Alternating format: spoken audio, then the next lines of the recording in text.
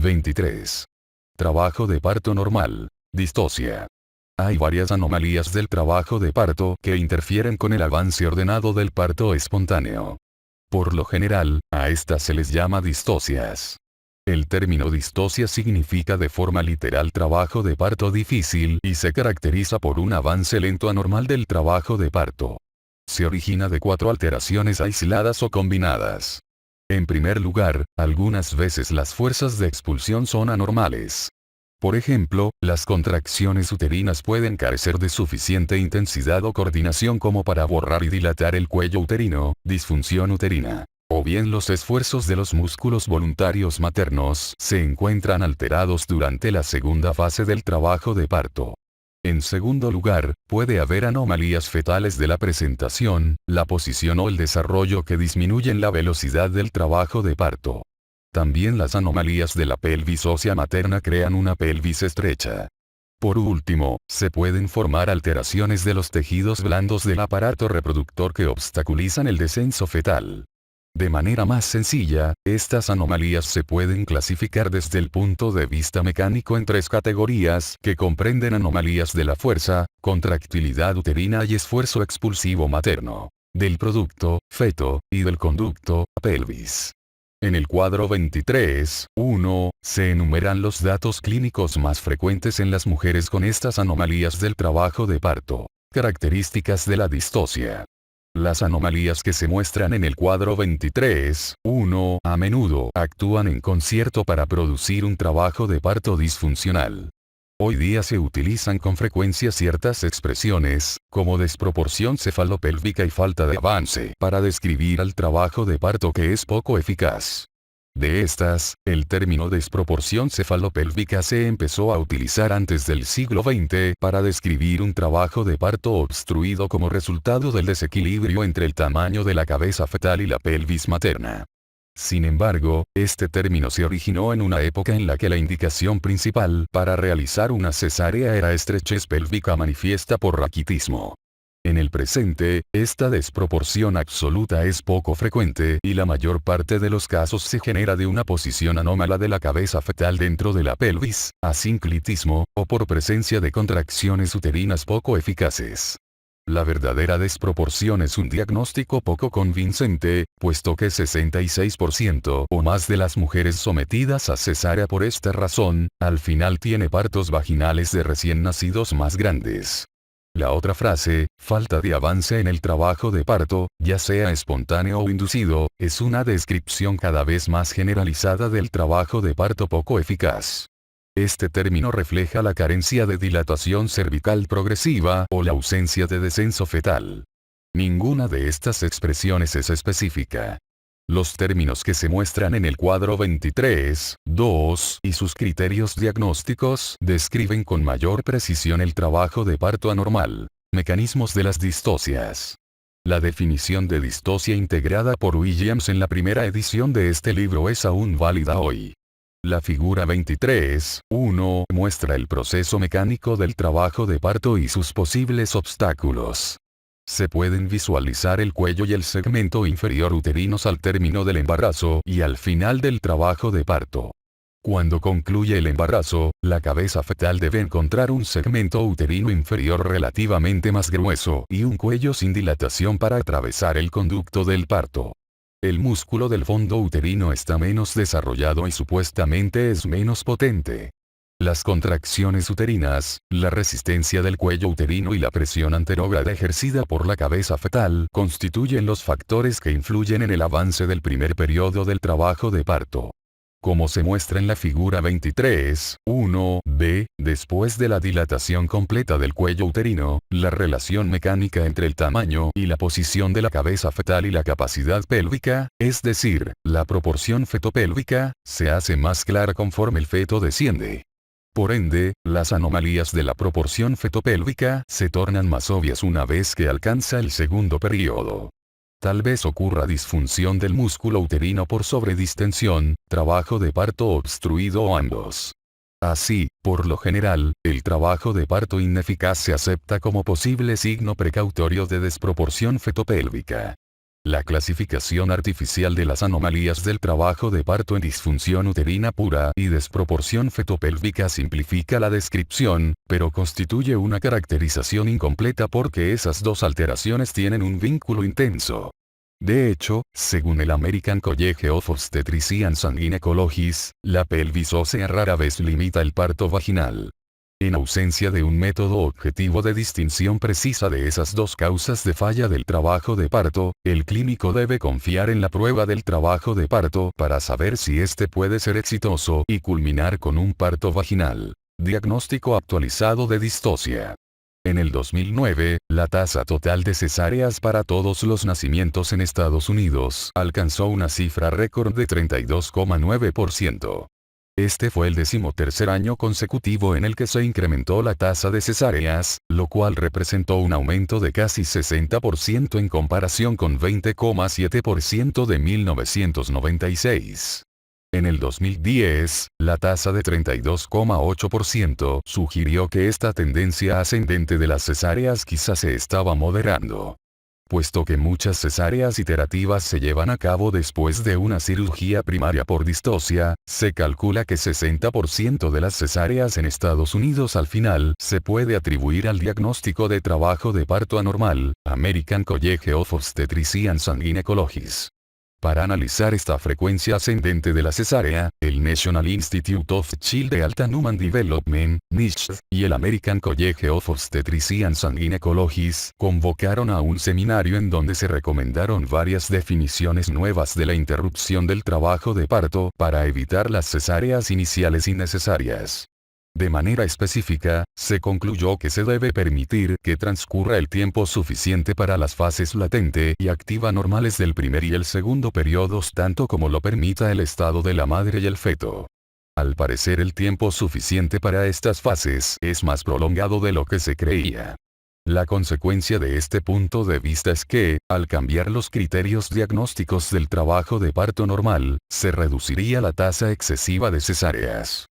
En el cuadro 23.3, hay un resumen de algunas de las recomendaciones de este seminario para los criterios actualizados en cuanto a la atención del trabajo de parto. Según dicho seminario, estas definiciones varían un poco de los criterios publicados y se recomiendan para el reconocimiento de los datos más recientes del avance del trabajo de parto, que desafían las prácticas tan arraigadas que se basan en la curva de Friedman.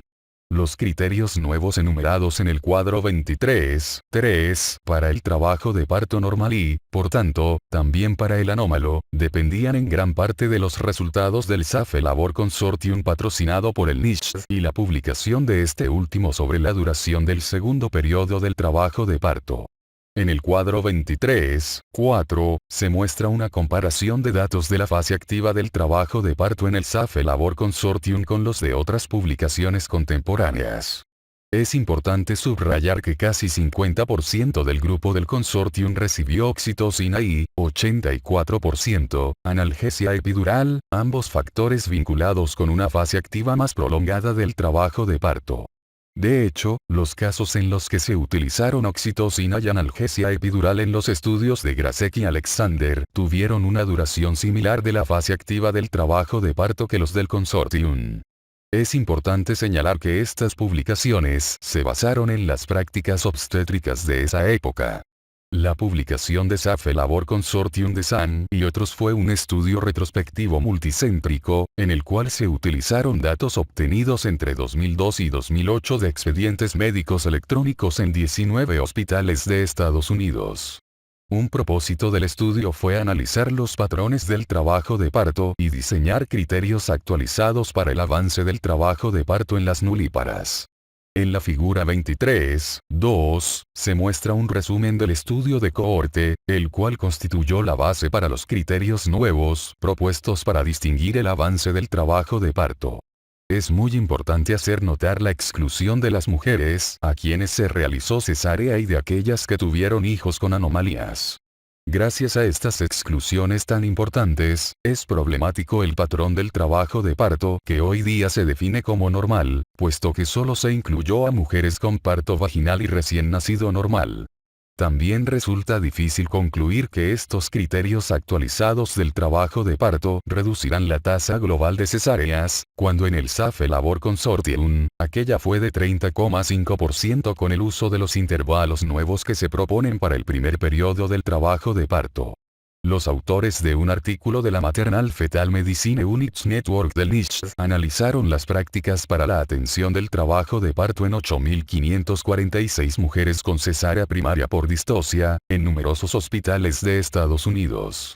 Casi 92% de las cesáreas por distocia se llevó a cabo durante la fase activa del trabajo de parto, definida como una dilatación cervical mayor o igual a 4 centímetros.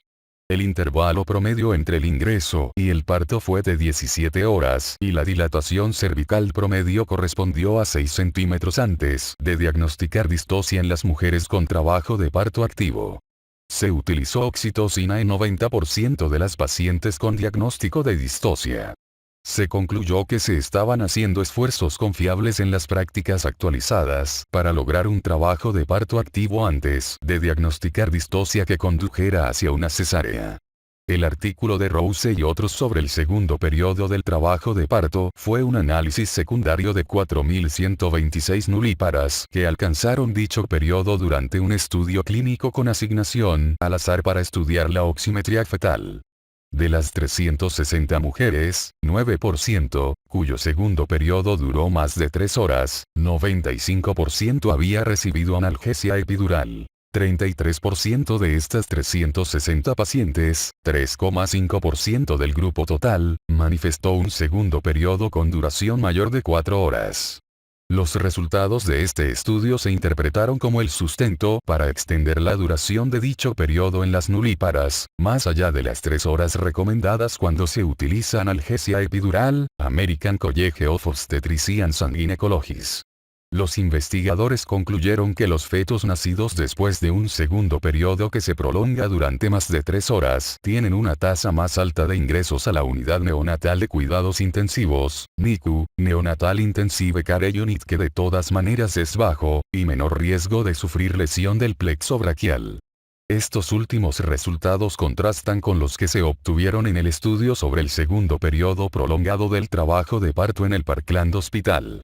Este estudio comprendió 21.991 mujeres, de quienes 7% tuvo un trabajo de parto más de 3 horas. La mayor parte del 2% de las pacientes con el periodo mencionado de 4 horas recibió analgesia epidural y esperaba una cesárea que se decidió durante el periodo de 3 horas. En casi todas ellas, se había suspendido la oxitocina y el trazo de la frecuencia cardíaca fetal era normal, lo cual permitió esperar la cirugía. Por consiguiente, este segundo periodo prolongado no fue intencional, ya que no se realizaron más esfuerzos por obtener un parto vaginal. A pesar de tales inconvenientes, casi todos los resultados adversos neonatales analizados fueron más frecuentes cuando el segundo periodo excedió de 3 horas en las mujeres con analgesia epidural durante el trabajo de parto, cuadro 23.5. En conclusión, en este momento, todavía no se cuenta con una definición adecuada de la prueba del trabajo de parto antes de diagnosticar distocia. Los criterios nuevos para la primera fase del trabajo de parto ya se utilizan en la práctica de hoy día y, por tanto, es poco probable que repercutan en la tasa de cesáreas por un trabajo de parto anormal. Es importante señalar que la supuesta inocuidad de los criterios nuevos propuestos para la atención de la segunda fase del trabajo de parto se deben considerar con cautela hasta obtener más experiencias publicadas. Anomalías de las fuerzas de expulsión. La dilatación del cuello uterino, así como la propulsión y la expulsión del feto, se presentan como resultado de contracciones uterinas, reforzadas durante el segundo periodo del trabajo de parto por la acción voluntaria o involuntaria de la pared abdominal, es decir, pujar. El diagnóstico de disfunción uterina en la fase latente es difícil y a veces puede efectuarse solo en retrospectiva. En las pacientes que aún no se encuentran en la fase activa del trabajo de parto, es habitual el tratamiento inadecuado por disfunción uterina. Desde el decenio de 1960, ha habido 3 avances importantes en el tratamiento de la disfunción uterina. El primero es haber comprendido que el trabajo de parto excesivamente prolongado contribuye a la morbimortalidad materna y perinatal. En segundo lugar, el uso de una solución diluida de oxitocina para el tratamiento en ciertas variedades de disfunción uterina. Por último, se utiliza la cesárea en lugar del parto con forceps medio de difícil ejecución cuando la oxitocina falla o no se puede utilizar. Tipos de disfunción uterina.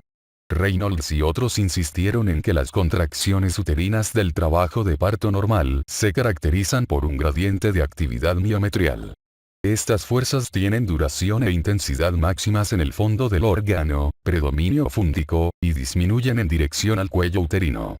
Caldeiro García y otros de Montevideo, Uruguay, insertaron pequeños globos en diversos sitios del miometrio y comunicaron que además de un gradiente de actividad, había una diferencia temporal en el inicio de las contracciones entre el fondo, la zona media y la porción inferior del útero. Larks describió el estímulo como de inicio en un cuerno y varios milisegundos después en el otro. Las ondas de contracción se unen y desplazan luego desde el fondo en dirección descendente. Las contracciones espontáneas normales a menudo ejercen presiones cercanas a 60 milímetros de mercurio. De cualquier forma, el grupo de Montevideo estableció que el límite inferior de la presión de las contracciones requerido para dilatar el cuello uterino es de 15 milímetros de mercurio. A partir de esas observaciones, es posible definir dos tipos de disfunción uterina. En la más frecuente, o disfunción uterina hipotónica, no hay hipertonía basal y las contracciones del útero presentan un tipo de gradiente normal, sincrónicas, pero la presión durante la contracción es insuficiente para dilatar el cuello uterino. En la otra, conocida como disfunción uterina hipertónica o incoordinada, el tono basal se encuentra alto o el gradiente de presión presenta gran distorsión. La distorsión del gradiente es resultado de una contracción más intensa en el segmento medio del útero que en el fondo o de la asincronía completa de los impulsos que se originan en cada cuerno o de una combinación de ambas. Trastornos de la fase activa. Las anomalías del trabajo de parto se dividen clínicamente en avance menor comparado con el normal, trastorno por retraso, o interrupción completa del avance, trastorno por detención. Una mujer debe estar en la fase activa del trabajo de parto con dilatación del cuello de al menos 3 a 4 centímetros para hacerse el diagnóstico de cualquiera de esos dos procesos. Anda y Laros diagnosticaron la detención en la fase activa, definida como ausencia de dilatación durante 2 horas o más, en 5% de las nulíparas a término. Esa incidencia no ha cambiado desde el decenio de 1950. Las contracciones uterinas inadecuadas, definidas como menores de 180 unidades Montevideo, que se calculan como se muestra en la figura 23.3, se diagnosticaron en 80% de las mujeres con detención en la fase activa. Los trastornos de retraso están menos bien descritos y el intervalo necesario para diagnosticar un avance lento es indefinido. La Organización Mundial de la Salud propuso un partograma de atención del trabajo de parto en el que se define al retraso como la presencia de una dilatación del cuello uterino de menos de 1 centímetro por hora durante un mínimo de 4 horas. El American College of Obstetricians and Gynecologists recomendó criterios para el diagnóstico de trastornos de detención y retraso. Esos criterios se adaptaron a partir de los de Cohen y Friedman, que se muestran en el cuadro 23.2. Out y otros publicaron que cuando el trabajo de parto es inducido o conducido de manera eficaz con oxitocina, 90% de las mujeres alcanza 200 a 225 unidades Montevideo y 40% al menos 300 de dichas unidades. Esos resultados sugieren que hay algunos mínimos de actividad uterina que deben conseguirse antes de efectuar una cesárea por distocia. Por tanto, el American College of Obstetricians and Gynecologists sugiere que antes de diagnosticar detención de la primera fase del trabajo de parto, se deben satisfacer ciertos criterios. Primero, la fase latente concluyó y se observa una dilatación de cuello uterino de 4 centímetros o más. Además, ha existido un patrón de contracciones uterinas de 200 unidades Montevideo o más en un periodo de 10 minutos durante 2 horas sin cambios concomitantes del cuello uterino. Rose y otros recientemente pusieron en duda la regla de las 2 horas con el fundamento de que se requiere un periodo más prolongado, esto es, de al menos 4 horas, antes de concluir que la fase activa del trabajo de parto ha fracasado. Los autores están de acuerdo. Trastornos del segundo periodo. Como se analiza en el capítulo 21, el descenso fetal es en gran parte consecutivo a la dilatación completa. Es más, el segundo periodo del trabajo de parto incorpora muchos de los movimientos cardinales necesarios para que el feto pase a través del conducto de parto. Según ello, la desproporción entre feto y pelvis suele tornarse evidente durante el segundo periodo del trabajo de parto. Hasta hace poco, ha habido reglas no cuestionadas que limitaban la duración del segundo periodo. Esas reglas se establecieron en la obstetricia estadounidense a principios del siglo XX. Ellas derivaron de la preocupación en cuanto a la salud materna y fetal, sobre todo en cuanto a infecciones, y llevó a procedimientos difíciles de aplicación de forceps. Dicho periodo se limitaba en nulíparas a 2 horas y se ampliaba a 3 horas cuando se había utilizado analgesia regional. Para multíparas, el límite era de 1 hora, con ampliación a 2 horas en presencia de analgesia regional. Cohen estudió los efectos fetales de la duración del segundo periodo del trabajo de parto en el Beth Israel Hospital en 4403 nulíparas a término, en quienes se utilizó vigilancia electrónica de la frecuencia cardíaca fetal. La mortalidad neonatal no aumentó en pacientes cuyo segundo periodo del trabajo de parto rebasó las 2 horas. Por lo general, se aplicó analgesia epidural y ello tal vez contribuyó al gran número de embarazos con prolongación del segundo periodo. Esos datos influyeron en las decisiones de permitir agregar 1 hora adicional al segundo periodo cuando se usaba analgesia regional. Menticoglo y otros, 1995 a.b., pusieron en duda las sentencias prevalecientes sobre la duración del segundo periodo. Esto surgió a partir de las lesiones neonatales graves vinculadas con rotaciones de la cabeza fetal mediante forceps para abreviar el segundo periodo del trabajo de parto. Como resultado, se permitieron segundos periodos más prolongados con el propósito de disminuir la tasa de partos quirúrgicos vaginales. Entre 1988 y 1992, el segundo periodo del trabajo de parto rebasó las 2 horas en 25% de 6.041 nulíparas a término. Se utilizó analgesia epidural durante el trabajo de parto en 55% de ellas. La duración del segundo periodo, incluso en aquellas pacientes en quienes fue de 6 horas o más, no se relacionó con los resultados neonatales. Esos buenos resultados se atribuyeron al uso cuidadoso de vigilancia fetal electrónica y cuantificaciones de pH en cuero cabelludo. Estos investigadores concluyeron que no había motivo suficiente para intervenir con una posible aplicación difícil de forceps o extracción por vacío porque había transcurrido cierto número de horas. No obstante, observaron que después de transcurrir 3 horas en el segundo periodo, la expectativa de nacimiento por cesárea u otro método quirúrgico aumenta de manera progresiva. A las 5 horas, la posibilidad de un parto espontáneo en la hora subsiguiente es de solo 10 a 15%. No obstante, los resultados adversos en la madre son mayores cuando la segunda fase del trabajo de parto se prolonga. Miles y Santolaya analizaron las consecuencias tanto maternas como neonatales de este fenómeno en 7.818 mujeres en Chicago entre 1996 y 1999. Como se muestra en el cuadro 23.6, los resultados adversos en la madre en relación con la duración del segundo periodo del trabajo de parto fueron mayores. La morbimortalidad neonatal resultó ser independiente de la duración de dicho periodo. Relación entre la duración del primer y segundo periodos del trabajo de parto. Es posible que la prolongación del primer periodo del trabajo de parto presagie la misma característica en el segundo periodo. Nelson y otros estudiaron la relación entre la duración del primer y el segundo periodos del trabajo de parto en 12.523 nulíparas con embarazos de término que dieron a luz en el Parkland Hospital. La duración del segundo periodo se prolongó mucho al aumentar la duración del primer periodo. El percentil 95 fue de 15,6 y de 2,9 horas para el primer y segundo periodos, respectivamente.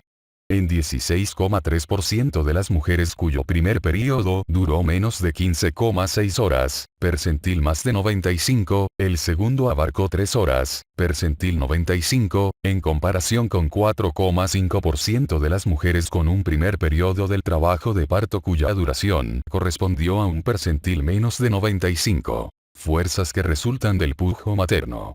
Con una dilatación del cuello uterino completa, la mayoría de las mujeres no puede resistir la urgencia de pujar cada vez que el útero se contrae. La fuerza combinada de las contracciones uterinas y la musculatura abdominal impulsa al feto hacia abajo.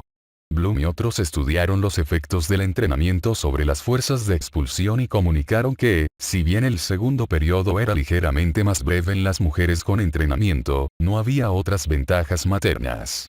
En ocasiones, la fuerza creada por las contracciones de la musculatura abdominal es afectada lo suficiente para reducir la velocidad o incluso impedir el parto vaginal espontáneo. La sedación intensa o la analgesia regional pueden disminuir el reflejo del pujo y son susceptibles de alterar lo suficiente la capacidad de contracción de los músculos abdominales. En otros casos, la urgencia inherente de pujar es rebasada por el dolor intenso que crea el pujo. Dos alternativas para el pujo materno durante el segundo periodo del trabajo de parto con analgesia epidural han dado resultados contradictorios. La primera recomienda pujar con fuerza a la par de las contracciones una vez completada la dilatación, independientemente de la necesidad percibida de hacerlo. En la segunda, se suspende la infusión analgésica y se inicia el pujo materno solo una vez que la paciente recupera la urgencia sensorial de realizarlo. Fraser y otros encontraron que el retraso del pujo disminuía los partos quirúrgicos difíciles, en tanto Manjonda y otros observaron un efecto opuesto. Hansen y otros asignaron al azar a 252 mujeres con analgesia epidural a uno de dos métodos. No hubo resultados adversos maternos o neonatales relacionados con el retraso del pujo a pesar de una prolongación notoria del segundo periodo del trabajo de parto. Plunkett y otros confirmaron esos datos hallados en un estudio similar. Altura de la presentación al inicio del trabajo de parto activo. El descenso del borde de la parte corporal fetal que se presenta hasta las espinas ciáticas de la pelvis materna, estación o altura cero, se define como encajamiento. Friedman y Sachtleben informaron sobre un vínculo notable entre una mayor altura de la presentación, al inicio del trabajo de parto y una distosia subsiguiente. Anda y Laros encontraron que la altura de la presentación fetal al momento de la detención del trabajo de parto podía también constituir un factor de riesgo de distosia. Rosenfeld y otros analizaron la altura y la presentación fetal en 803 nulíparas a término en trabajo de parto activo. Al ingreso, 33% con la cabeza fetal a nivel de la estación 0 por debajo de esta tuvo una tasa de 5% de cesáreas. Esto contrasta con 14% en aquellas con presentaciones más altas. El pronóstico de las distocias no tuvo relación con alturas cada vez mayores de la presentación con respecto al plano medio de la pelvis, estación 0. Es importante que 86% de las nulíparas sin encajamiento de la cabeza fetal al momento del diagnóstico de trabajo de parto activo, tuviera su parto por vía vaginal. Estas observaciones aplican en especial en mujeres con paridad previa, porque la cabeza suele descender en etapas posteriores del trabajo de parto. Causas informadas de disfunción uterina. Analgesia epidural. Se han señalado varios factores del trabajo de parto como causa de disfunción uterina. De estas, la analgesia epidural reduce la velocidad del trabajo de parto. Como se muestra en el cuadro 23.7, la analgesia epidural se ha vinculado con la prolongación tanto del primer como del segundo periodos del trabajo de parto, así como con un descenso fetal más lento. Esto se documenta de manera complementaria en el capítulo 25, corioamnionitis. Debido al vínculo del trabajo de parto prolongado con la infección materna durante el parto, algunos médicos han sugerido que esta última participa en la aparición de actividad uterina anómala. Satin y otros estudiaron los efectos de la corioamnionitis durante la estimulación del trabajo de parto con oxitocina en 266 pacientes. Se encontró que la infección diagnosticada en etapas avanzadas del trabajo de parto era un indicador de las cesáreas por distosia, en tanto no se observó en mujeres con ese diagnóstico en etapas tempranas del trabajo de parto. De manera específica, 40% de aquellas que presentaron corioamnionitis requirió después oxitocina por trabajo de parto disfuncional y, a continuación, cesárea por distosia. Tal vez la infección uterina en ese contexto clínico sea consecuencia de un prolongado trabajo de parto disfuncional más que causa de distosia. Posición materna durante el trabajo de parto. La recomendación del decúbito dorsal o la ambulación durante el trabajo de parto ha variado. Quienes proponen caminar en el transcurso de este último señalan que abrevia el mismo, disminuye las tasas de conducción con oxitocina, aminora la necesidad de analgesia y la frecuencia de parto quirúrgico vaginal. Sin embargo, otras observaciones no sustentan esta afirmación. Según Miller, el útero se contrae más a menudo, pero con menos intensidad cuando la madre está en decúbito dorsal, a diferencia de cuando se encuentra en decúbito lateral. Por el contrario, se ha comunicado que la frecuencia y la intensidad de las contracciones aumentan con la posición sentada o de bipedestación. No obstante, Lupe y Gross concluyeron que no hay pruebas avasalladoras de que la postura materna erecta o la ambulación mejoren el trabajo de parto. Ellos comunicaron que las mujeres preferían el decúbito lateral o sentarse en la cama. Pocas eligieron caminar, todavía menos aceptaron adoptar la posición en cuclillas y ningún halageno pectoral. Las pacientes tendieron a asumir posiciones fetales en etapas más avanzadas del trabajo de parto. Casi todas las pacientes entusiastas en cuanto a la ambulación, retornaron a la cama cuando se inició la fase activa del trabajo de parto. Bloom y otros llevaron a cabo un estudio con asignación al azar de los efectos de caminar durante el primer periodo del trabajo de parto. En 1067 pacientes con embarazos a término no complicados atendidas en el Parkland Hospital, estos investigadores hallaron que la ambulación no modificó la duración del trabajo de parto. Dicha actividad no redujo la necesidad de analgesia ni era lesiva para el feto o el recién nacido. Debido a estas observaciones, a las mujeres sin complicaciones los autores dan la opción de elegir entre decúbito o ambulación supervisada durante el trabajo de parto. Esta política coincide con la del American College of Obstetricians and Gynecologists, el cual concluyó que la ambulación durante el trabajo de parto no es lesiva y la movilidad puede dar una mayor comodidad. Posición para el segundo periodo del trabajo de parto. Se ha demostrado considerable interés por las posiciones alternativas para la atención del segundo periodo del trabajo de parto y su efecto sobre este. Gupta y Hofmeyr, en su revisión de la base de datos de Cochrane, compararon la posición erguida con el decúbito dorsal y la de litotomía. Las posiciones erguidas incluyeron la correspondiente a estar sentada en una silla de partos, la de cuclillas, la de rodillas o la de reposo con el dorso a una elevación de 30 grados. Sin embargo, se observó una hemorragia más de 500 mililitros con la posición erecta. Bergella y otros suponen que la paridad, la compresión aortocava menos intensa, la mejor alineación fetal y el diámetro mayor del estrecho inferior de la pelvis explican estos resultados. En otro estudio más antiguo, Russell describió un incremento de 20 a 30% en el área del estrecho inferior de la pelvis en la posición de cuclillas, en comparación con la posición supina. Por último, Babayer y otros advierten que el hecho de permanecer sentada o en cuclillas durante un tiempo prolongado en el segundo periodo genera, en ocasiones, neuropatía peroneal. Inmersión en agua. Se recomienda el uso de una tina o un baño para el nacimiento como método de relajación que puede contribuir a un trabajo de parto más eficaz. Cluet y otros asignaron al azar a 99 mujeres durante el primer periodo en trabajo de parto de término e identificaron distocias ante la inmersión en una piscina de partos o la conducción con oxitocina. La inmersión en agua disminuyó la frecuencia de uso de analgesia epidural, pero no modificó la tasa de partos quirúrgicos.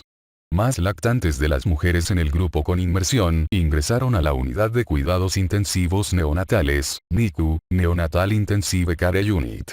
Estos datos fueron similares a los de su revisión de la base de datos Cochrane, excepto que en ella no aumentaron los ingresos a la NICU. Robertson y otros informaron que la inmersión no se vinculaba con corioamnionitis o endometritis. Por otra parte, Cue y otros estudiaron los efectos de la inmersión en 20 mujeres y comunicaron que la presión arterial materna disminuyó, en tanto que la frecuencia cardíaca fetal no se modificó.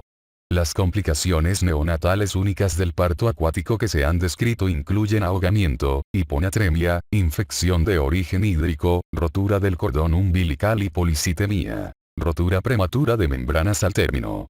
La rotura de membrana en ausencia de contracciones uterinas espontáneas ocurre en casi 8% de los embarazos a término.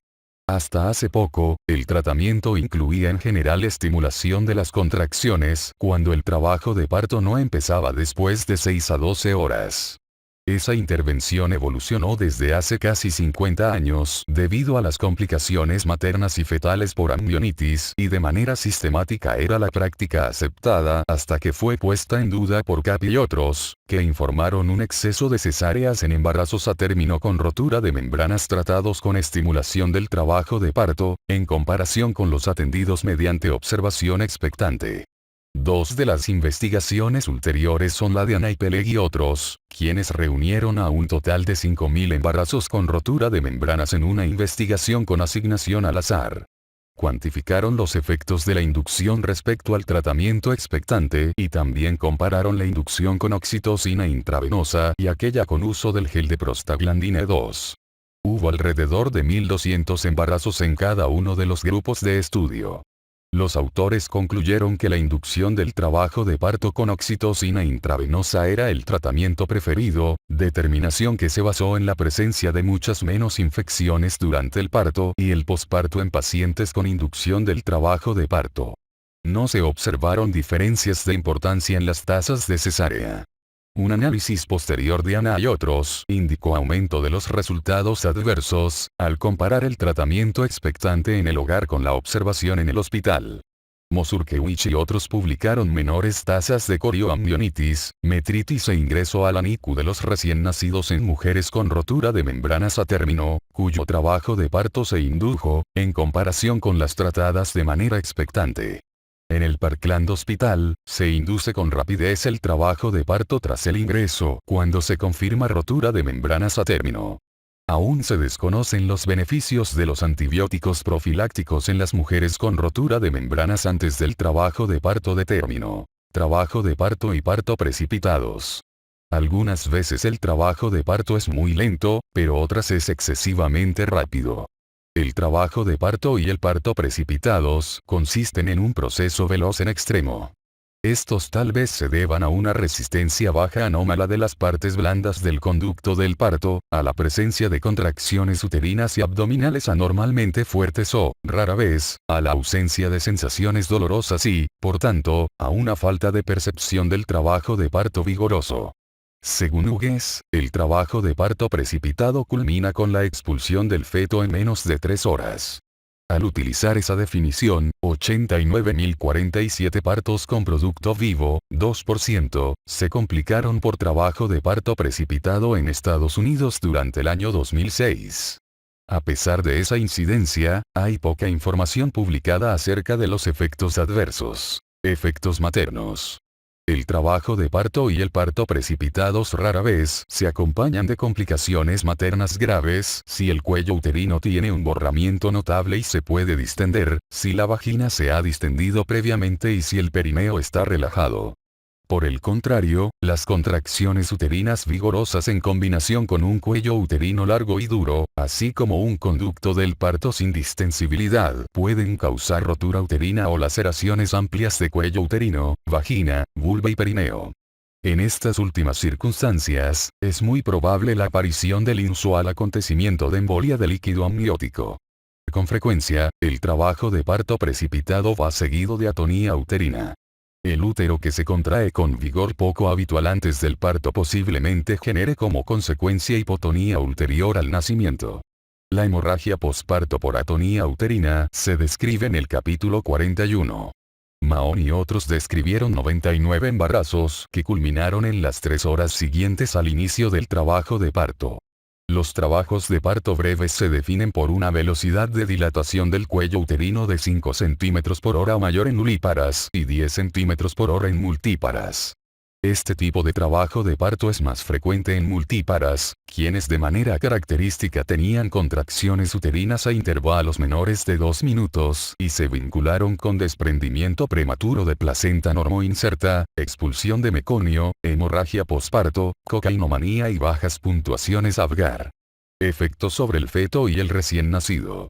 La evolución perinatal adversa debida a un parto precipitado puede intensificarse en grado considerable por varios motivos. Las contracciones uterinas desordenadas, muchas ocasiones con intervalos muy breves de relajación, impiden el riego uterino y la oxigenación fetal apropiados. La resistencia del conducto del parto rara vez produce traumatismo craneal. Acker y otros comunicaron relación entre una parálisis traqueal de Herbo-Duchenne y tales trabajos de parto en 33% de los casos. Por último, durante un parto sin atención, el recién nacido puede caer al piso y lesionarse o tal vez necesite reanimación, de la cual no se dispondría de inmediato. Tratamiento. Es improbable que las contracciones uterinas espontáneas extraordinariamente fuertes se modifiquen en grado importante por efecto de la analgesia. El uso de tocolíticos, como el sulfato de magnesio, no conlleva beneficio demostrado en esas circunstancias. La utilización de anestesia general con fármacos que alteran la contractilidad uterina, como el isoflurano, suele ser usada en exceso. Ciertamente, cualquier oxitóxico administrado debe interrumpirse de inmediato. Desproporción fetopélvica. Capacidad pélvica. Esta desproporción surge de una disminución de la capacidad pélvica, de una talla excesiva del feto o, más a menudo, de una combinación de ambas. Cualquier estrechez de los diámetros pélvicos que disminuya la capacidad de ese segmento corporal puede crear distocias durante el trabajo de parto. Puede haber estrecheces de los planos de entrada, medio, de salida, o una pelvis con disminución general de sus diámetros por la combinación de esas circunstancias. En el capítulo 2, se analizan de manera más amplia las dimensiones de la pelvis normal. Estrechez del plano de entrada pélvico. Suele considerarse estrecho el plano de entrada de la pelvis si su diámetro antero-posterior más pequeño es menos de 10 centímetros o su diámetro transversal mayor mide menos de 12 centímetros. El diámetro antero-posterior del plano de entrada de la pelvis suele determinarse de manera aproximada por medio de medición manual del conjugado diagonal, que es casi 1,5 centímetros más grande. Por tanto, suele definirse la estrechez del plano de entrada de la pelvis como la presencia de un conjugado diagonal menos de 11,5 centímetros. Con la utilización de la pelvimetría clínica y a veces la de imagen, es importante identificar el diámetro antero-posterior más reducido por el cual debe pasar la cabeza fetal. A veces, el cuerpo de la primera vértebra sacra se desplaza hacia adelante, de suerte que la distancia más corta puede en realidad corresponder a la existente entre ese promontorio sacro anómalo y la sínfisis del pubis. Se ha demostrado que antes del trabajo de parto, el diámetro biparietal fetal es en promedio de 9,5 a 9,8 centímetros. Por consiguiente, tal vez sea difícil o imposible que algunos fetos pasen a través de un plano que tiene un diámetro antero-posterior menos de 10 centímetros. Menger y Caltreider mostraron mediante pelvimetría radiográfica que la incidencia de partos difíciles aumenta en un grado similar cuando el diámetro antero-posterior del plano de entrada es menos de 10 centímetros o el diámetro transversal es menos de 12 centímetros. Como era de esperar, cuando ambos diámetros son estrechos, la distocia es mucho más frecuente que cuando está afectado solo uno. Es probable que una mujer de talla corta posea una pelvis pequeña, pero también puede tener un producto pequeño. Tons estudió a 362 nulíparas y encontró que el peso promedio al nacer de la descendencia era mucho menor, 280 gramos, en aquellas con pelvis pequeña, en comparación con las mujeres con pelvis media o grande. En la obstetricia veterinaria, en casi todas las especies las dimensiones maternas, más que las paternas, constituyen la determinante importante del tamaño fetal. De manera normal, la dilatación del cuello uterino recibe apoyo de la acción hidrostática de las membranas no rotas o, después de su rotura, por la aplicación directa de la parte presentada contra el cuello uterino, figura 21, 7, página 414. Sin embargo, en las pelvis estrechas, puesto que la cabeza se detiene en el plano de entrada, toda la fuerza ejercida por el útero actúa de modo directo sobre la porción de las membranas que están en contacto con el cuello uterino en proceso de dilatación. Como consecuencia, es más probable la rotura espontánea temprana de las membranas. Después de la rotura de membranas, la ausencia de compresión por la cabeza contra el cuello uterino y el segmento uterino inferior predispone a contracciones menos eficaces. Por ello, la dilatación adicional quizá proceda muy lentamente o no avance. Civil Scientifics publicaron que la adaptación mecánica del pasajero fetal al conducto óseo tiene participación importante en la determinación de la eficacia de las contracciones. A mejor adaptación, mayor eficacia de estas últimas. Así, la respuesta del cuello uterino al trabajo de parto provee un punto de vista pronóstico del resultado de dicho trabajo en mujeres con estrechez del plano de entrada de la pelvis. En la aparición de presentaciones anómalas, una estrechez del plano de entrada de la pelvis tiene participación importante. En nulíparas normales, la presentación a término suele descender hasta la cavidad de la pelvis antes del inicio del trabajo de parto. Cuando el estrecho superior es muy reducido o haya sinclitismo pronunciado, el feto no desciende sino hasta que comienza el trabajo de parto, si es que lo hace. Las presentaciones cefálicas aún predominan, pero la cabeza flota libremente sobre el plano de entrada de la pelvis o se apoya más hacia una de las fosas ilíacas. Como consecuencia, fenómenos poco notorios pueden hacer que el feto adopte otras presentaciones. En mujeres con pelvis estrechas, se encuentran 3 veces más a menudo presentaciones de cara y hombros, y el prolapso del cordón umbilical ocurre 4 a 6 veces más a menudo. Estrechez del plano medio de la pelvis. Este trastorno es más frecuente que el correspondiente al del plano de entrada. A menudo, aquel produce detención transversa de la cabeza fetal que quizá conduzca a una aplicación difícil de forceps medio o una cesárea. El plano obstétrico de la pelvis media se extiende desde el borde inferior de la sínfisis del pubis hacia las espinas ciáticas y alcanza el sacro cerca de la unión entre la cuarta y la quinta vértebras. Una línea transversal que en teoría conecte las espinas ciáticas divide la pelvis media en sus porciones anterior y posterior. La primera es limitada por delante por el borde inferior de la sínfisis del pubis y a los lados por las ramas isquiopúbicas. La porción posterior está limitada atrás por el sacro y a los lados por los ligamentos sacrociáticos mayores, que forman los límites inferiores de la escotadura sacrociática. Las mediciones promedio de la pelvis media son las siguientes. Diámetro transversal o interesquiático, 10,5 centímetros. Diámetro antero-posterior, del borde inferior de la sínfisis del pubis hasta la unión de S4, S5, 11,5 centímetros y, sagital posterior, desde el punto medio de la línea interespinosa hasta el correspondiente del sacro, 5 centímetros. La definición de las estrecheces de la pelvis media no se ha establecido con la misma precisión posible para las del plano de entrada. No obstante, la pelvis media tiene posibilidad de ser estrecha cuando la suma de los diámetros interespinoso y sagital posterior, por lo general 10,5 más 5 centímetros o 15,5 centímetros, baja a 13,5 centímetros o menos. Chen y Wang recalcaron ese concepto al valorar una posible estrechez de la pelvis media. Hay motivos para sospechar estrechez de esta última siempre que el diámetro interespinoso es menos de 10 centímetros. Cuando mide menos de 8 centímetros, la pelvis media es estrecha. Aunque no hay un método manual preciso para valorar las dimensiones de la pelvis media, en ocasiones se puede inferir una estrechez cuando las espinas ciáticas son prominentes, las paredes laterales convergen o la escotadura sacrociática es estrecha. Es más, Eyer y Menhert señalaron que la relación entre los diámetros intertuberoso e interespinoso es lo suficientemente constante para poder prever una estrechez del diámetro interespinoso cuando el intertuberoso es estrecho. Un diámetro intertuberoso normal no siempre excluye la estrechez del diámetro interespinoso, estrechez del plano de salida de la pelvis. Este fenómeno suele definirse por la presencia de un diámetro entre los tubérculos isquiáticos de 8 centímetros o menos. El plano de salida de la pelvis puede compararse grosso modo con 2 triángulos, donde dicho diámetro constituye la base. Los lados del triángulo anterior corresponden a las ramas del pubis y su vértice es el borde postero inferior de la sínfisis del pubis. El triángulo posterior no tiene límites óseos, pero su vértice corresponde a la punta de la última vértebra sacra, no la punta del cóccix.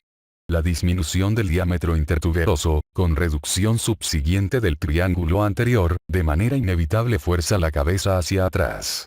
Floberg y otros comunicaron que había estrechez del plano de salida pélvico en casi 1% de más de 1.400 nulíparas no seleccionadas con embarazo a término. Una estrechez del plano de salida puede causar distocias, no tanto por sí misma sino a través del estrechamiento vinculado del plano medio. Es inusual la estrechez del plano de salida sin una concomitante del plano medio. Incluso cuando la desproporción entre la cabeza fetal y el plano de salida de la pelvis no es lo suficiente grande para originar una distocia grave, tal vez tenga participación importante en la producción de desgarros perineales. Cuando el arco púbico es estrecho, el occipucio no puede salir directamente debajo de la sínfisis del pubis, sino que debe hacerlo sobre las ramas isquiopúbicas. De esta manera, el perineo se distiende más y hay un mayor riesgo de laceración. Fracturas pélvicas. Valle revisó las experiencias con fracturas pélvicas y embarazo. La causa más frecuente fue el traumatismo por choque automovilístico. También observó que el patrón de la fractura, la alineación mínima y la retención de los elementos de fijación no son indicaciones absolutas para realizar una cesárea. Cuando hay un antecedente de fractura de pelvis, es necesario revisar las radiografías previas y quizá realizar una pelvimetría en etapas ulteriores del embarazo. Cálculo de la capacidad pélvica. En el capítulo 2, se describen con detalle las técnicas para la valoración clínica por medio de exploración digital de la pelvis ósea durante el trabajo de parto. En resumen, el médico intentará calcular el diámetro antero-posterior del estrecho superior, conjugado diagonal, el diámetro interespinoso del estrecho medio de la pelvis y la distancia intertuberosa del estrecho inferior de la pelvis. Cuando el arco pélvico es reducido y mide menos de 90 grados, significa que es una pelvis estrecha. La cabeza fetal no encajada indica que el tamaño de ella es excesivo o la capacidad del estrecho superior es reducida. También se ha estudiado la utilidad de las radiografías para evaluar la capacidad pélvica. En primer lugar, con la pelvimetría aislada es imposible establecer el pronóstico de un parto vaginal satisfactorio. Por tanto, el American College of Obstetricians and Gynecologists considera que la utilidad de la pelvimetría ósea en la atención del trabajo de parto con una presentación cefálica es muy limitada. Las ventajas de la pelvimetría con tomografía computarizada como la que se muestra en la figura 23.4, en comparación con la pelvimetría convencional son menor exposición a radiaciones, mayor precisión y más facilidad de llevarla a cabo. Con ambos métodos los costos son similares y la exposición a rayos X es pequeña. Según el equipo y la técnica utilizados, las dosis fetales con la pelvimetría y la tomografía varían de 250 a 1500 mg. Algunas ventajas de la pelvimetría con resonancia magnética son ausencia de radiaciones ionizantes, medidas precisas, imágenes fetales completas y la posibilidad de valorar distocia de tejidos blandos. Zaretsky y otros utilizaron la resonancia para medir el volumen de la pelvis y de la cabeza fetal con objeto de identificar a las mujeres con mayor riesgo de someterse a una cesárea por distocia. Aunque se encontró un vínculo significativo entre alguno de los parámetros y el nacimiento por cesárea a causa de distocia, no pudieron predecir con precisión qué mujer requeriría una cesárea. Otros autores han publicado datos similares. Dimensiones fetales en la desproporción fetopélvica. El tamaño fetal aislado solo casi nunca constituye una explicación adecuada del trabajo de parto fallido.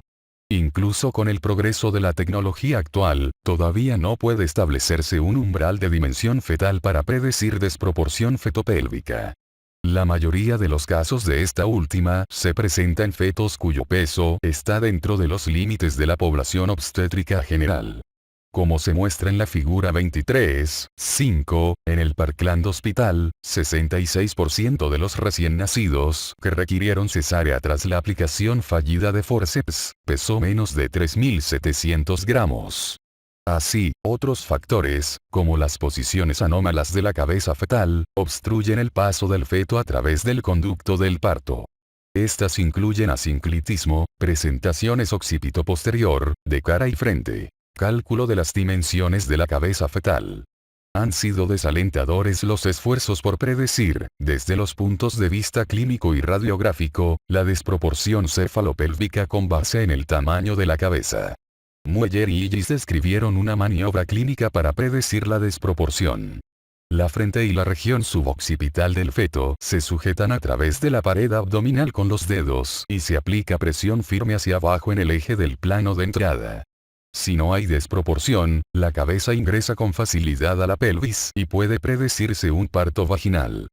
Thorpe y otros llevaron a cabo un estudio prospectivo de la maniobra de Mueller y Gis y concluyeron que no había relación entre las distocias y la falta de descenso de la cabeza durante la maniobra. No se usan mediciones de los diámetros de la cabeza fetal con técnicas de radiografía simple por las distorsiones de paralaje. Es posible medir el diámetro biparietal y la circunferencia cefálica por medio de ecografía y ha habido intentos de utilizar esa información para el tratamiento de las distocias. Turnau y otros usaron el índice fetopélvico para identificar complicaciones del trabajo de parto. Por desgracia, la sensibilidad de tales mediciones para predecir la desproporción cefalopélvica es mala. Los autores apoyan el punto de vista de que no hay un método hoy día satisfactorio de predicción precisa de la desproporción cefalopélvica con base en el tamaño de la cabeza fetal. Presentación de cara. En esta, la cabeza se halla hiperextendida, de forma que el occipucio entra en contacto con el dorso del feto y el mentón es la parte que se presenta, figura 23.6. La cara fetal puede presentarse con el mentón hacia adelante o atrás en relación con la sínfisis del pubis de la madre. Algunas presentaciones mentonianas posteriores persisten, pero la mayor parte se convierte de forma espontánea en anterior, incluso en etapas tardías del trabajo de parto. De lo contrario, la ceja del feto, bregma, presiona contra la sínfisis púbica materna. Esta posición impide la flexión de la cabeza fetal necesaria para entrar en el conducto de parto. Por lo tanto, una presentación mentoniana posterior no puede progresar por vía vaginal a menos que el feto sea muy pequeño. En las presentaciones de cara, rara vez se consigue el parto por vía vaginal. Cruikshank y White publicaron una incidencia de 1 en 600, o 0,17%. Como se muestra en el cuadro 22.1, entre más de 70.000 recién nacidos de embarazos con producto único atendidos en el Parkland Hospital, casi uno de 2.000 tuvo presentación de cara. Etiología. Son numerosas las causas de las presentaciones de cara e incluyen situaciones que favorecen la extensión e impiden la flexión de la cabeza. Los lactantes prematuros, con sus dimensiones cefálicas más pequeñas, pueden encajarse antes del cambio a la posición de vértice. En circunstancias excepcionales, el crecimiento notorio del cuello o las asas de cordón umbilical alrededor de este pueden originar su extensión. Basiri y otros comunicaron que las malformaciones fetales en presencia de polidramnios constituían factores de riesgo para las presentaciones de cara o de frente. Los fetos anencéfalos de manera natural se presentan de cara. Las posiciones extendidas ocurren más a menudo cuando la pelvis es estrecha o el feto es muy grande. En un grupo de 141 presentaciones de cara estudiado por Elman y otros, la incidencia de estrechez del plano de entrada fue de 40%. Debe tenerse en mente esa alta incidencia de estrechez pélvica cuando se considera el tratamiento. La alta paridad es un factor predisponente de la presentación de cara. En estos casos, un abdomen péndulo permite que el rostro del feto rote hacia adelante o a los lados, a menudo en la misma dirección en que señala el occipucio. Esto favorece la extensión de las columnas cervical y torácica. Diagnóstico. La presentación de cara se diagnostica por tacto vaginal y palpación de las características faciales. Como se describe en el capítulo 28, es posible errar en el diagnóstico de presentación pélvica en presencia de una de cara, al confundir el ano con la boca y las tuberosidades isquiáticas con las prominencias malares. La demostración radiográfica de la cabeza hiperextendida con los huesos faciales a nivel del plano de entrada de la pelvis o abajo es característica. Mecanismo del trabajo de parto. Rara vez se observan presentaciones de cara por arriba del plano de entrada de la pelvis. Por lo general, se presenta primero la frente y suele virar a una presentación de cara después de la extensión adicional de la cabeza durante el descenso. El mecanismo del trabajo de parto en esos casos incluye los movimientos cardinales de descenso, rotación interna y flexión, y los accesorios de extensión y rotación externa, figura 23.7. El descenso ocurre por los mismos factores que en las presentaciones cefálicas. La extensión es resultado de la relación del cuerpo del feto con la cabeza reflexionada, que lo convierte en una palanca de dos brazos, el más largo de los cuales se extiende desde los cóndilos occipitales hasta el occipucio. Cuando se encuentra resistencia, se debe empujar el occipucio hacia el dorso del feto mientras desciende el mentón. El objetivo de la rotación interna de la cara es llevar el mentón bajo la sínfisis del pubis. Solo de esa manera el cuello puede atravesar la cara posterior de la sínfisis del pubis. Si el mentón rota de modo directo hacia atrás, el cuello relativamente corto no puede rebasar la cara anterior del sacro, que mide casi 12 centímetros de longitud. Es más, la frente fetal, bregma, se impacta contra la sínfisis del pubis materna, circunstancia que impide la flexión necesaria para pasar por el conducto de parto. Por ello, el nacimiento de la cabeza a partir de una variedad mentoposterior es imposible a menos que los hombros ingresen a la pelvis al mismo tiempo, un suceso sumamente difícil excepto cuando el feto es muy pequeño o está macerado. La rotación interna es producto de los mismos factores que en las presentaciones de vértice. Luego de la rotación anterior y el descenso, el mentón y la boca aparecen en la vulva, la superficie inferior del mentón hace presión contra la sínfisis y la cabeza nace por flexión. La nariz, los ojos, la frente, bregma, y el occipucio aparecen después en sucesión sobre el borde anterior del perineo. Ulterior al nacimiento de la cabeza, el occipucio rota hacia atrás en dirección al ano. Luego el mentón rota de manera externa hacia el lado en que originalmente se dirigía y los hombros nacen como en las presentaciones cefálicas. A veces, el edema puede distorsionar mucho la cara. Al mismo tiempo, el cráneo presenta moldeamiento considerable, que se manifiesta por un aumento en la longitud del diámetro occipito-mentoniano. Tratamiento.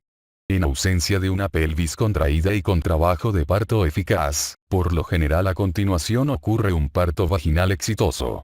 La vigilancia de la frecuencia cardíaca fetal tal vez se haga mejor con dispositivos externos para evitar lesiones de cara y ojos. Puesto que las presentaciones de cara en fetos a término son más frecuentes cuando hay algún grado de estrechez del plano de entrada de la pelvis, suele estar indicada la cesárea. Los intentos por convertir manualmente una presentación de cara en una de vértice, la rotación manual o por forceps de un mentón posterior persistente a uno anterior y la versión podálica interna con extracción son peligrosos y no se intentan. Presentación de frente.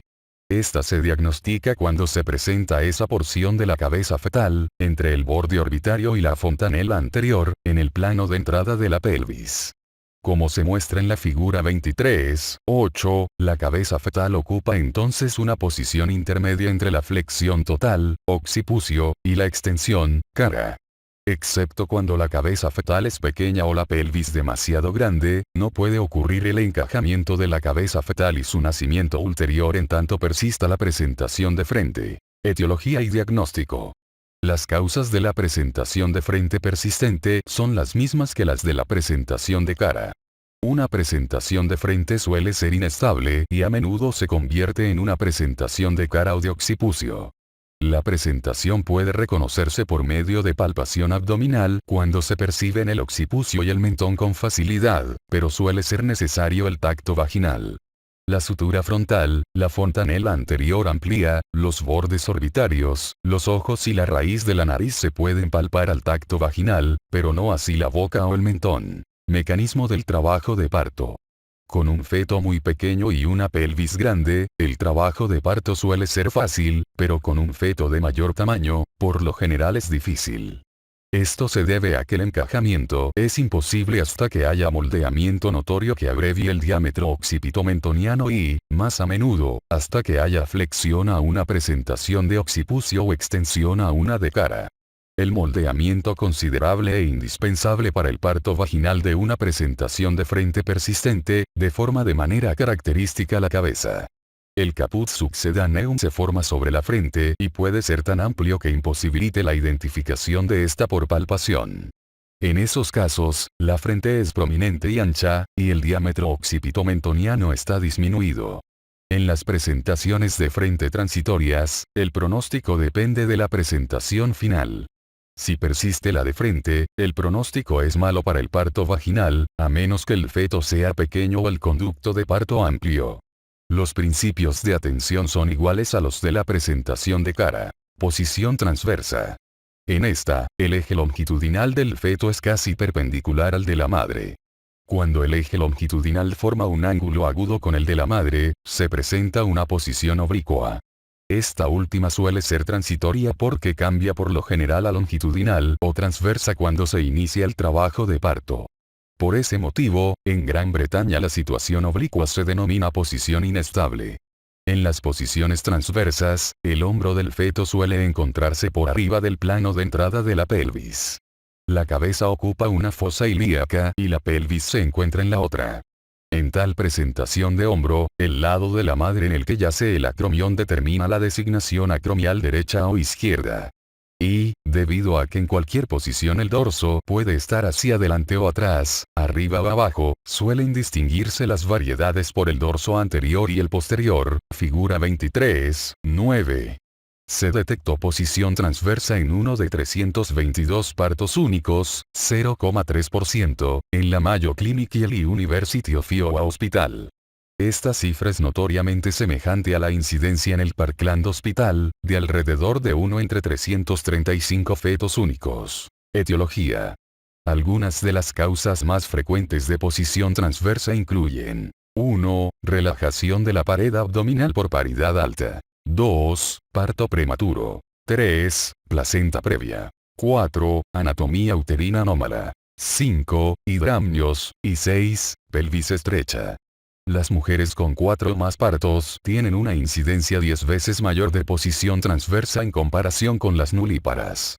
La relajación de la pared abdominal con un abdomen péndulo permite al útero inclinarse hacia adelante, lo cual deflexiona el eje longitudinal del feto, alejándolo del correspondiente del conducto del parto hacia una posición oblicua o transversa.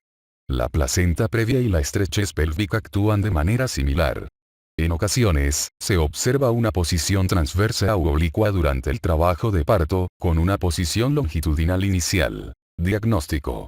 Una posición transversa suele reconocerse con suma facilidad, a menudo solo con la inspección. El abdomen es muy amplio, en tanto que el fondo uterino se extiende hasta apenas por arriba del ombligo. No se detecta polo fetal en el fondo y la cabeza móvil se encuentra en una fosa ilíaca, en tanto la pelvis está en la otra. La posición del dorso es fácil de identificar. Cuando es anterior, figura 23, 9, página 469, se encuentra un plano de resistencia dura en el frente del abdomen. Cuando es posterior, se palpan nodulaciones irregulares que representan las pequeñas partes fetales sobre la pared abdominal. Al tacto vaginal, en etapas tempranas del trabajo de parto, si el lado del tórax puede alcanzarse, este se reconoce por la palpación de las costillas a manera de parrilla.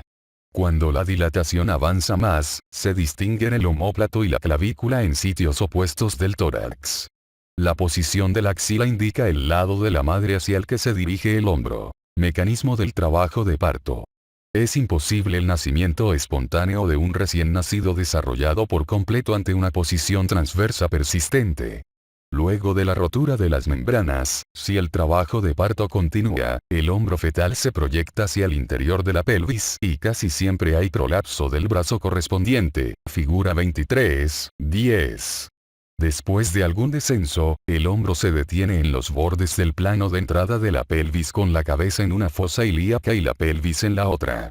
Conforme el trabajo de parto continúa, el hombro se impacta firmemente en la parte superior de la pelvis.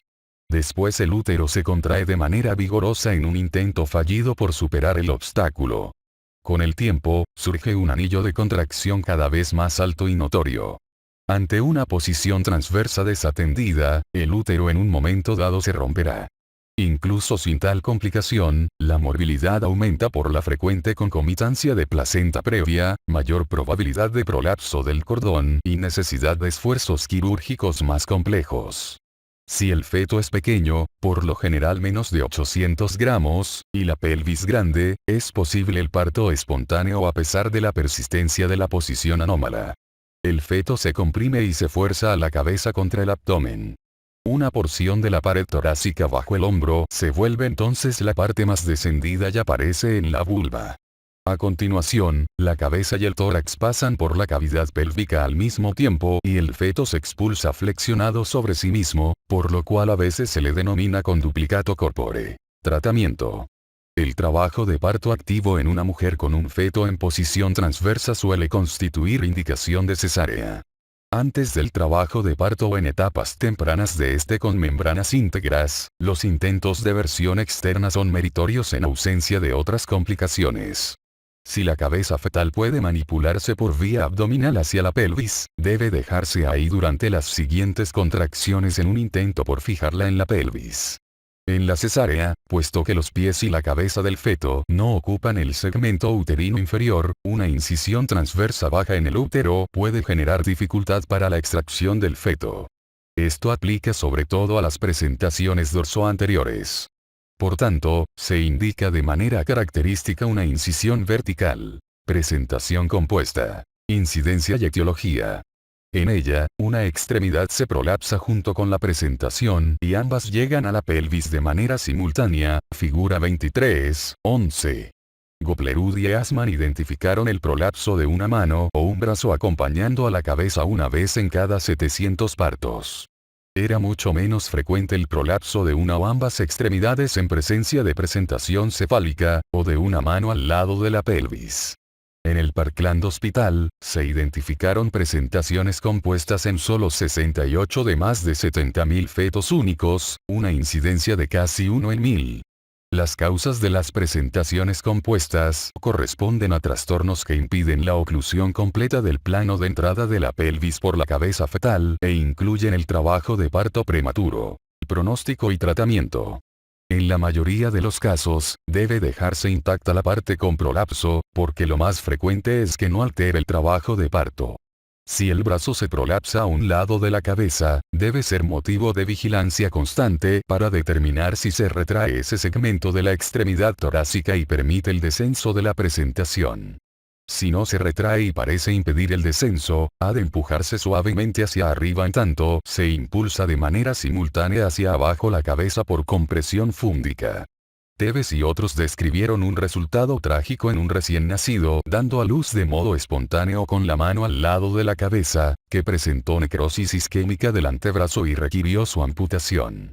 En general, las tasas de mortalidad y morbilidad perinatales aumentan como resultado de parto prematuro, prolapso del cordón y procedimientos obstétricos traumáticos concomitantes. Complicaciones con distocia. Complicaciones maternas. La distocia, en especial cuando el trabajo de parto es prolongado, se acompaña de mayor frecuencia de diversas complicaciones obstétricas y neonatales comunes. Tanto la corioamnionitis durante el parto como la infección pélvica puerperal son más frecuentes en el trabajo de parto prolongado y poco constante. También es mayor la frecuencia de laceraciones uterinas con la histerotomía cuando la cabeza fetal se impacta en la pelvis. Rotura uterina. El adelgazamiento anómalo del segmento uterino inferior crea un grave peligro durante el trabajo de parto prolongado, sobre todo en mujeres con alta paridad y en aquellas con antecedente de cesárea.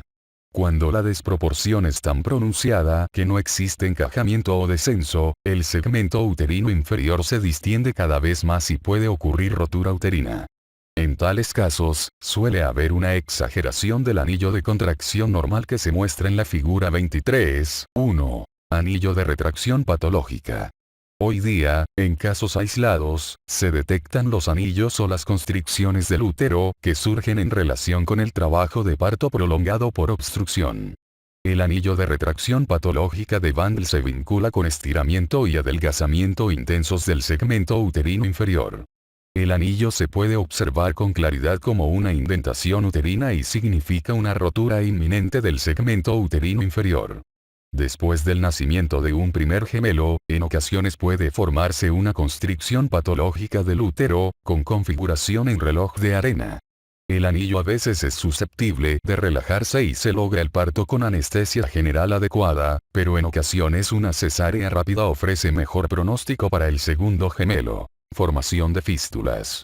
Cuando la presentación está firmemente impactada en el plano de entrada de la pelvis, pero no avanza durante un tiempo considerable, los tejidos del conducto del parto entre la parte que se presenta y la pared pélvica pueden sufrir compresión excesiva. Debido a la alteración de la circulación, tal vez se genere necrosis y tornarse notoria varios días después del parto, con la aparición de fístulas vesicovaginal, vesicocervical o rectovaginal. Más a menudo, la necrosis por compresión es consecutiva a un segundo periodo del trabajo de parto muy prolongado. En estos tiempos, casi nunca se observan excepto en países en desarrollo. Lesión del piso pélvico. Durante el parto, el piso pélvico se expone a la compresión directa por la cabeza fetal y a la presión descendente por los esfuerzos expulsivos maternos. Esas fuerzas distienden del piso pélvico y dan como resultado alteraciones funcionales y anatómicas en músculos, nervios y tejido conjuntivo. Hay preocupación creciente de que tales efectos sobre el piso pélvico durante el parto lleven a la incontinencia urinaria y anal, así como el prolapso de los órganos pélvicos. Como se describe en el capítulo 27, el esfínter anal se lacera en 3 a 6% de los partos y muchas de estas mujeres manifiestan incontinencia fecal o de gas. Algunas de tales secuelas a largo plazo han contribuido a la tendencia actual a realizar cesáreas selectivas, lo cual se describe en el capítulo 30. Lesión puerperal de los nervios de las extremidades inferiores. Wong y otros revisaron las lesiones neurológicas de las extremidades inferiores en relación con el trabajo de parto y el parto. El mecanismo más frecuente es la compresión externa del nervio fibular común, peroneal común. La causa es casi siempre la posición incorrecta de las extremidades inferiores en los estribos, en especial durante una segunda fase prolongada del trabajo de parto. Estas y otras lesiones se describen en el capítulo 36. Por fortuna, los síntomas desaparecen en los siguientes 6 meses después del parto en la mayor parte de los casos. Complicaciones perinatales. Al igual que en la madre, la frecuencia de septicemia fetal antes, durante y después del parto es mayor con los trabajos de parto prolongados. También el caput succedaneum y el moldeamiento son más comunes y, en ocasiones, impresionantes. Figura 22, 19, página 444. Asimismo, hay una mayor cantidad de traumatismos mecánicos, como las lesiones de nervios, las fracturas y los cefalohematomas, que se describen con mayor detalle en el capítulo 33.